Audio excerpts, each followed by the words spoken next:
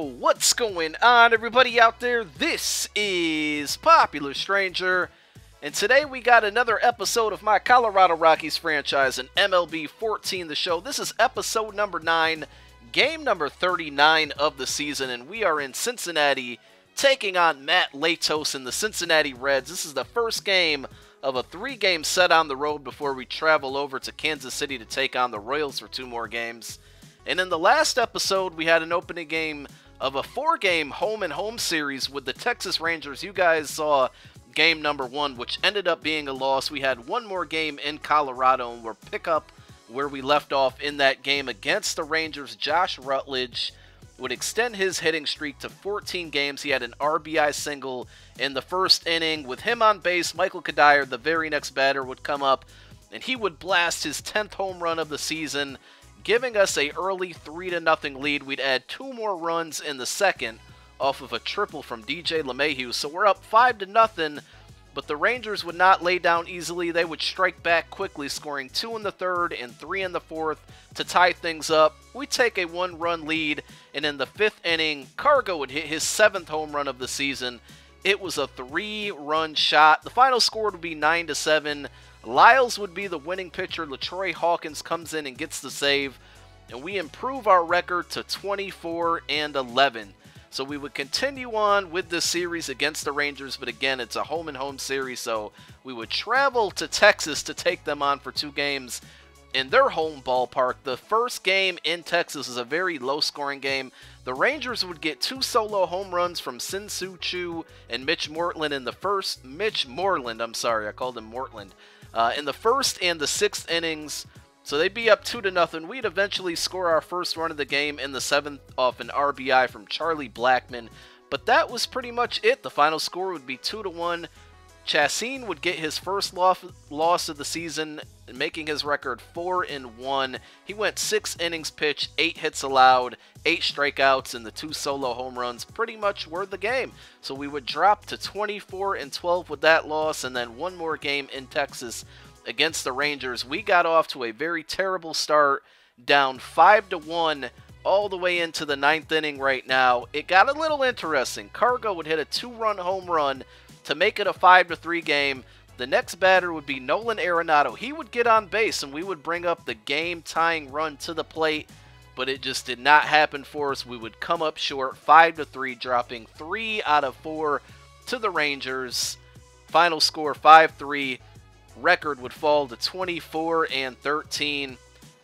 And I guess I lied to you guys in the beginning of this video. This is game number 2 of the series against the Reds, because we already played 1. That's my bad. In that game, it was pretty crazy, man. It was pretty crazy. Brandon Phillips would start things off in the 3rd inning with a 2-run home run. The ball appeared to go foul. It looked like it to me, but the ump still called it a home run. So Cincinnati would quickly grab a 2-0 lead early in the game. Cargo would answer with that. He's been really hot. He had a solo home run in this game in the very next inning, so the score would be 2-1 at this point in the bottom of the 5th. Back-to-back walks would kind of get us into some trouble. Cincinnati would end up scoring 3 runs off a pretty nice triple into the center field, or center right gap, and allow them to score 3 runs. 5-1 lead for the Reds. We would battle back, though. In the 6th inning, we got 2 runs and cut it down 5-3. In the 8th inning, with 1 base runner on, Willeen Rosario would hit his 6th home run of the season to tie the game up at 5. Him and Cargo have been playing very, very well lately, and you saw Willeen hit a home run earlier in this game. We would get 2 more in that game in the top of the 9th to take a 7-5 lead, so we battled back all the way from 5-1 to take the lead 7-5. We'd bring LaTroy Hawkins in the bottom of the 9th to close things out. With 1 out, he would give up a solo home run to Ryan Ludwig, so the Reds got it to 7-6. But that just was not enough. We would hang on for the 7-6 win. A very, very impressive comeback, especially after losing a couple games and feeling down about ourselves against the Rangers. We improve our record to 25-13, and that's pretty much where we are now at this point with this game. As I said, we got some series upcoming on the road against the Kansas City Royals. And this game, we're pretty much in good control here. Tyler Chatwood on the mound, if you haven't noticed yet. He's pitching. He will be pitching going into the 9th inning here now.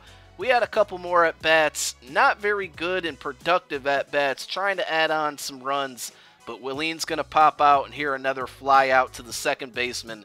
So we would finish with 3 runs here going into the 9th inning. Chatwood only allowing 4 hits in this game at this point. Looking for the complete game shutout. Do you guys think he can do it?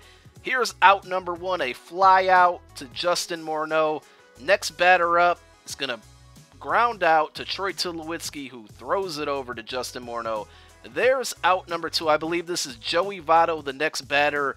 He's going to reach. No, he's not. Look at that beautiful, beautiful catch. Tyler Chatwood gets his 3rd win of the season. A complete game shutout. I can't say I've really done this too often in the show, so I was pretty impressed by what I did and what Chatwood did. We get the win. We end our losing streak, or I'm sorry, start a new winning streak of 2 games now in a row. I'm out. Peace.